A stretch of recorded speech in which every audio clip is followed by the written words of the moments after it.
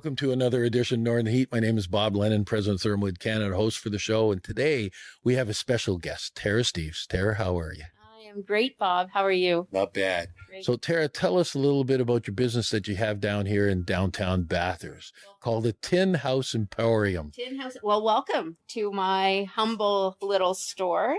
So we've been here a year. It was a year the end of April. And my father and I run this store. And we meet all kinds of amazing people that come in. It's a thrift store with all kinds of new things as well.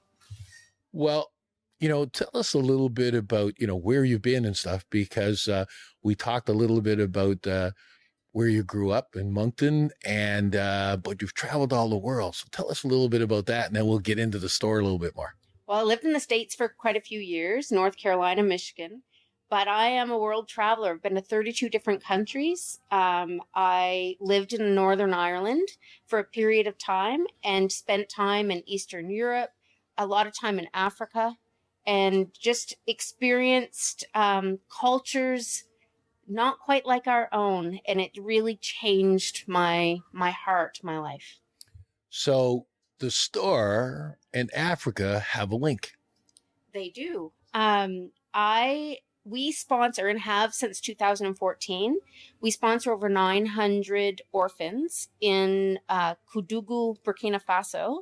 And the only reason we chose there over other place is that I visited there and my heart is there. And we pay for tuition for all of those children to go to school with another organization out of Ireland. So you pay for that through money that comes from the store? Is that how it works? Where do you come up with the cash to do that? Well, years ago, I used to ask people for money. I used to raise money and get sponsors, but times are tough. And I decided that I would open a store. My husband and I moved here to Bathurst 2 years ago, and he got a job here. And I thought, well, now what am I going to do? I'm not in Europe anymore. And how am I going to still help people, not just overseas, but in my own community as well? And so I decided to open a secondhand store and asked my father to come live in Bathurst as well. And the proceeds to the store help us give locally and internationally. Yeah, this is just an amazing story when you think about it, because here you are, a little store in downtown Bathurst, and now you're connected to helping 932 orphan children in Burkina. And I've been there. Yeah. And when you talk about poverty, you haven't seen poverty. If people that from the area that have gone to, Dominican Republic and gone to Mexico and stuff, and they say, oh my God, people are poor. They're not poor. You want to see poverty, you see that in Africa, where they have absolutely nothing but the clothes on their back. Sometimes they don't even really have that. They're just tattered rags. And I think the thing that really struck me the most with the children, when you're surrounded by the children, is I think here we would say the joie de vivre, the joy. Oh my God, yes. Yeah. They smile. They're always smiling. You're sitting there and you're going, how could they smile when they're living in this kind of a culture and environment? Just can I tell you one story in particular? Oh, absolutely. We were driving down a road and there was a young fella that came up speaking French. He spoke Zulu and French, and he was asking for something. And some of the people with us were a little bit nervous because we were in a back road, and he kept on saying this thing over and over. So they called me over because I speak a little bit of French, and he could have robbed us. He could have done anything. All he wanted from the white people, all he wanted was a pen. He was saying a pen. He had heard of pens. He had never seen one in his life. So we all gave him pens. And then we saw him go down the road and he shared the pens with his friends. With everybody else. Yeah. Yeah. No, it's a different culture and stuff. But the big thing is, and a lot of people that I interview, it's all that come from outside, and I'm considering you as coming from outside. You weren't born here in Bathurst, and you come here, you bring a different view of the world, and you've been around. You've been in a number of countries, so you see different things. And so this is what this whole idea came from, right? Yes, absolutely. And we love Bathurst. We love the camaraderie of the people. Can't go wrong with the ocean every day. Nope. And the snowmobiling and all of that. And if we wanted to really position ourselves in a place, we wanted to be in a place that we personally would enjoy. And the people of Bathurst have been so generous in understanding our mission and donating and volunteering in here, because I don't know, it feels good to help others. And especially children. Absolutely, especially children. I do want to recognize, though, that there's many wonderful organizations here in our community, and we don't want to compete with anyone. We want to complement our community.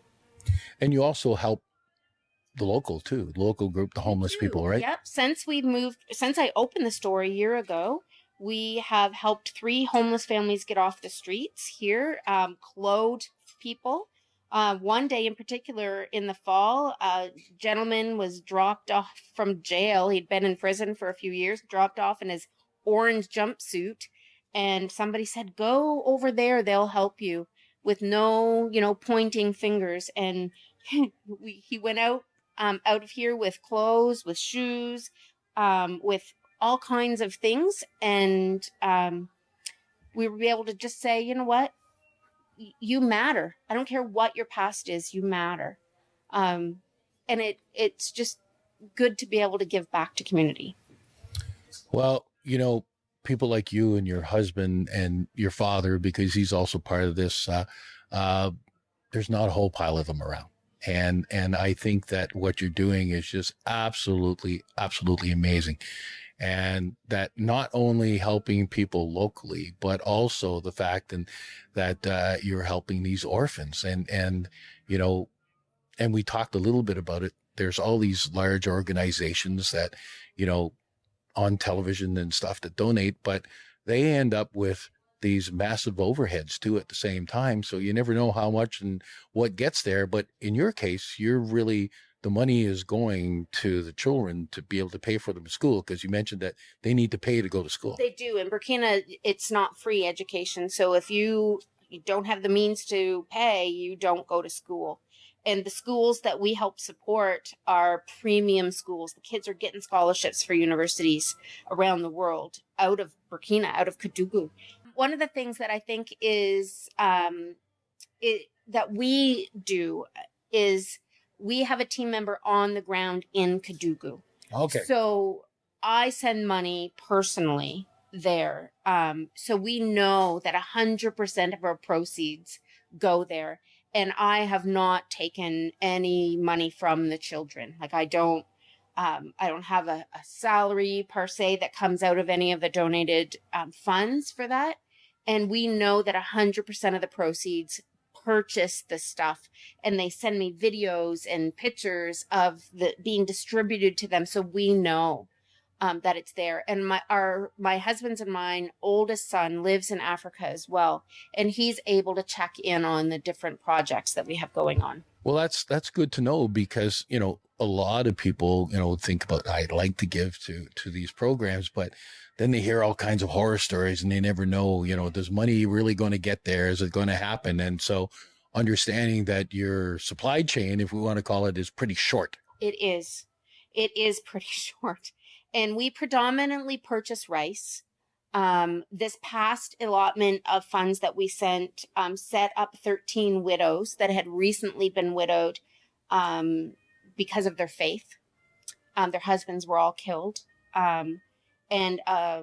So we were able to set them up with enough money to be able to find lodging, to be able to have food. And I may never meet these women, but you know what? I have a connection I was down and out at one point, and it doesn't matter if you know somebody. We're all in this together. And if I can help somebody and never even meet them, it doesn't matter, as long as we know that we've made a difference. So if somebody wants to help and donate or help you out in any way, how do they get in contact with you? Well, I'm here all the time. Every day. Yeah. So there's not really a time where one of my dad or I aren't in the store. They can drop in for sure. They can call me. They can email us. And we will respond. They can send us a message on Messenger. We're on Facebook. and Tin House Emporium on Facebook. Send us a message, and we typically respond as soon as we are not with customers. And you're sitting on the corner of Main and King, and your front of your store is right on Main Street. And this is the old Frank's Furs building, or still Frank's Furs, I guess, is there. So anybody from Bathurst that remembers this place, this is where. Now there's multiple little stores in here. Well, again, like I told you, I hadn't been here in a long time, so there's some amazing little stores in here, so worthwhile to come in. Yes, it absolutely is, and I know that when people come in, it's usually a shock. Oh, I didn't know that this was a little mall. But it's a little gem of a spot here downtown, and we hope that we bring additional vitality to downtown Bathurst. Well, as a small token of our appreciation, and the reason why we call this show the Northern Heat is because there are people like you that are turning up the heat, and that you are in Northern New Brunswick. So really appreciate what you're doing. And a little small token of our appreciation is that only people that are on the show get these. So now you've got a Northern Heat hat, and appreciate it. And thank you very much, and appreciate everything that you're doing. Thank you so much, Bob. I really appreciate the opportunity. And there we are, another edition of Northern Heat for this week, the place you come to listen to the stories that haven't been discovered yet.